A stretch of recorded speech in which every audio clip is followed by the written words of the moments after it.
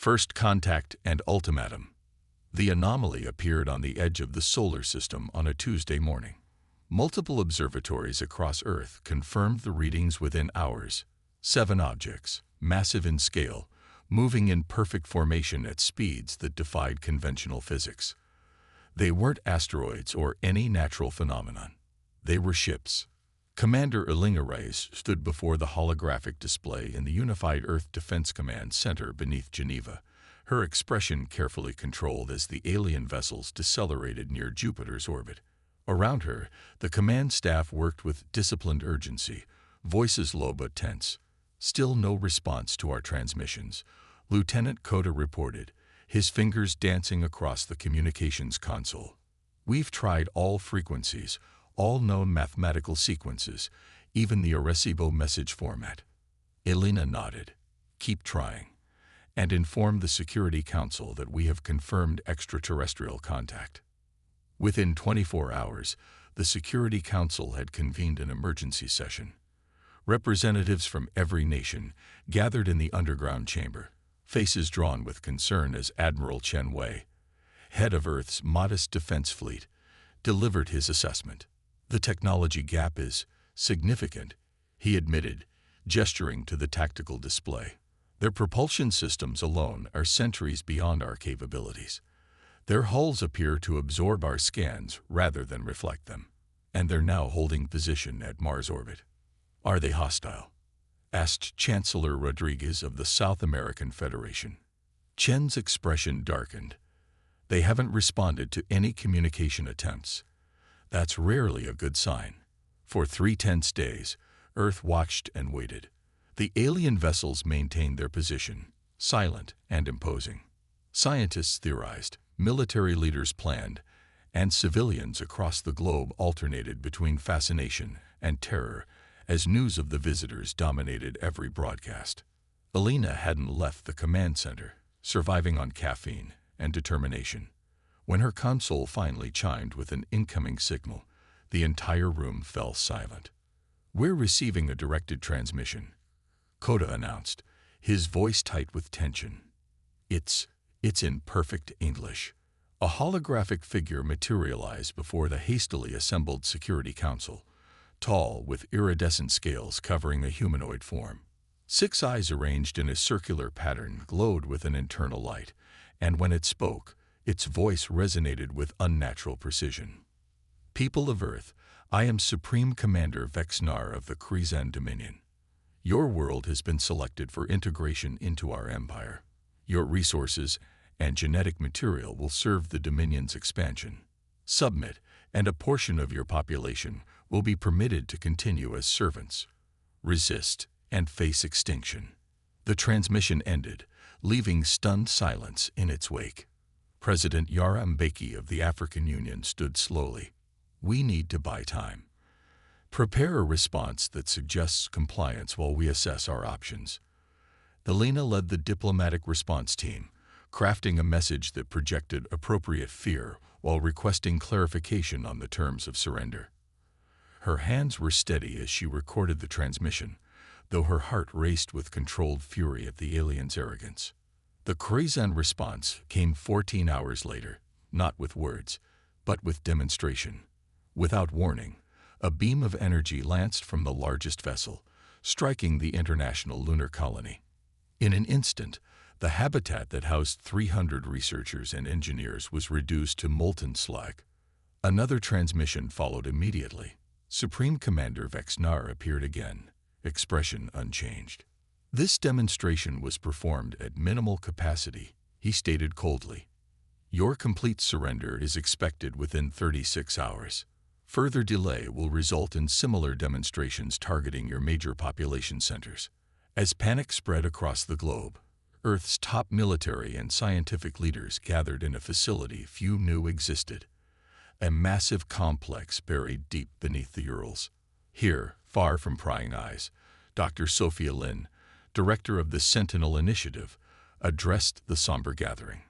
For 70 years, we've known this day might come, she said, her voice steady as she activated a holographic display showing weapons and defensive systems beyond anything publicly acknowledged. After the Tau Ceti signals were decoded in 2183, the world's governments made a decision: prepare in secret. General Marcus Washington of the North American Alliance stared at the schematics floating before him. These defense systems, they're generations beyond anything in our conventional military. Dr. Lin nodded. That was precisely the point. The Sentinel Initiative was established to develop technologies specifically designed to counter potential extraterrestrial threats. We've hidden manufacturing facilities throughout the solar system, on Europa, in the Kuiper Belt, even in Earth's oceans, all disguised as scientific outposts or mining operations. The display shifted to show a fleet of sleek vessels concealed within Saturn's rings. The Phoenix Fleet, 200 ships with gravitic propulsion and phase-shifting technology that makes them nearly invisible to conventional sensors. And this, she highlighted a network of satellites in Earth orbit. The Aegis Shield System, capable of generating a defensive barrier around major population centers. How soon can they be deployed? Asked President Mbeki. The shield generators are already in position, disguised as communication hubs and weather monitoring stations. Dr. Lin replied.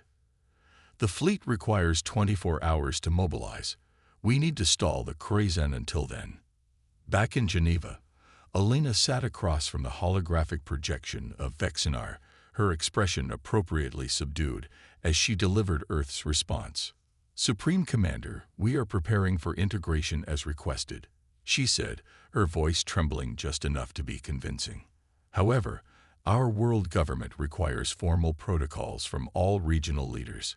We respectfully request an extension of 48 hours to properly organize our surrender. The alien's multiple eyes narrowed. Your delay tactics are transparent, Commander. Alina allowed genuine worry to show on her face. Please understand. Our society has never faced integration before. Our leaders are scattered, our people panicking. We want to provide a proper and orderly transition to Dominion rule. After a tense silence, Vexinar responded, You have 24 hours, no more. My patience grows thin. As the transmission ended, Alina immediately activated a quantum-encrypted channel to the Ural facility. I bought us 24 hours, she reported. How are we progressing? Dr. Lin's voice came through clearly. Shield generators are initializing. The Phoenix fleet has begun deployment, but we need all 24 hours for full battle readiness. Keep working, Alina promised. We'll handle the diplomacy. Across Earth, civilians believed their governments were preparing to surrender. News reports showed solemn officials and emergency preparations, but underground and in space, humanity prepared for war. On Europa, Commander Jackson Kim supervised as the Phoenix fleet moved into position behind Jupiter, hidden from Krazen sensors. All systems green, his second-in-command reported. Quantum drives at 85% capacity. 22 hours later, Supreme Commander Vexinar transmitted again, his patience clearly exhausted. Your time expires in 2 hours, he announced. Prepare for occupation. Our ships will begin landing procedures at designated coordinates. After the transmission ended, President Mbeki contacted the Ural facility. Status report, Dr. Lin. Are we ready? Dr. Lin stood before a massive display showing Earth's hidden defenses coming online around the globe. Green indicators appeared one by one as systems activated. The final Aegis shield generators are online, she reported with grim satisfaction. The Phoenix fleet is in position. Orbital defense platforms are armed and ready. On the display, the Krazen ships appeared as red markers, still orbiting Mars, completely unaware of the trap they were about to trigger. They think they're facing a primitive species ready to surrender, Dr. Lin said. They have no idea what they're about to encounter. President Mbeki nodded. Then we proceed as planned. When they move against Earth tomorrow, we reveal our true strength. Across the solar system, humanity's hidden forces stood ready. 70 years of secret preparation were about to be tested against an alien threat that believed victory was already assured. As dawn broke over Geneva, Alina watched the tactical display as the Krizan warships began their approach toward Earth. She felt a strange calm settle over her, replacing the anger and fear of the past days. Whatever happened next would determine the fate of humanity, not as servants to an alien empire, but as defenders of their home. Defiance and final message. The Krizan warships entered Earth's atmosphere with arrogant confidence, their sleek obsidian hulls reflecting the morning sunlight as they descended toward major population centers. 100 vessels arranged in a perfect attack formation, weapon systems glowing with building energy. In their wake, larger transport ships followed, presumably carrying occupation forces. In the command center beneath Geneva, General Riza Ahmadi monitored the tactical display with steady hands despite the gravity of the moment. They're targeting New York, Shanghai, Lagos, and Sydney simultaneously, he reported. Energy readings suggest total destructive capacity. Around him, military personnel worked with practiced efficiency. No panic, just focused determination. They had trained for this scenario for decades, though they had hoped it would never come. President Mbeki stood at the center of the command room, her face betraying no emotion as she watched the enemy ships approach on the main screen. All cities confirmed shield generators at full power, General Ahmadi announced. President Mbeki nodded solemnly. Activate the Aegis. Throughout the command center, officers pressed their hands against DNA readers, each requiring multiple simultaneous authorizations, a safeguard for technology too powerful to be triggered by any single person. Above the targeted cities, the air began to shimmer. What started as a faint distortion quickly solidified into transparent domes of energy that covered each metropolitan area. The shields extended kilometers into the sky, their edges pulsing with a subtle violet light. On their ships, the Krizan commanders gave the order to fire. Beams of intense energy, bright enough to turn night into day, shot toward Earth's surface. These same weapons had destroyed the lunar colony with ease. They expected similar results now. Instead, the beams struck the shields and dissipated instantly, spreading across the energy fields like water on glass. Not even heat penetrated to the cities below. In his command ship, Supreme Commander Vexnar watched in disbelief as his weapons failed to penetrate Earth's defenses. Impossible. His transmission to his fleet betrayed his shock. Their technology is primitive. Increase power to maximum.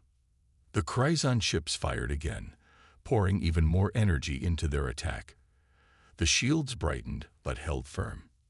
In the Geneva Command Center, Admiral Chen watched the enemy's failed attack with grim satisfaction. They've committed their ships to low-orbit positions, he noted. Perfect. He turned to President Mbeki. They're in position, Madam President. President Mbeki's expression remained solemn. Execute Phase 2. Throughout Earth's orbit, what had appeared to be ordinary weather and communication satellites suddenly transformed. Hidden panels opened, revealing advanced weapon systems. Dozens of platforms that had been invisible to Krizan sensors revealed themselves simultaneously. All orbital platforms report ready, General Ahmadi confirmed. Fire, Admiral Chen ordered. The platforms launched their payloads, missiles with pulsing quantum cores that moved with impossible speed toward the Krizan fleet. As they approached, they seemed to flicker in and out of existence. The Krizan ships attempted to raise their defensive fields, but it made no difference. The quantum-tipped missiles passed through their shields as if they weren't there. 7 enemy warships erupted into silent fireballs, their wreckage spiraling into Earth's atmosphere where it burned away. What's happening? President Mbeki asked Dr. Lin, who had joined them in the command center. Their defenses are calibrated against conventional weapons, Dr. Lin explained, pointing to a technical readout. Our phase-shifted ordnance exists partially in another dimension until impact. To their sensors, our missiles barely exist until they're already inside their ships.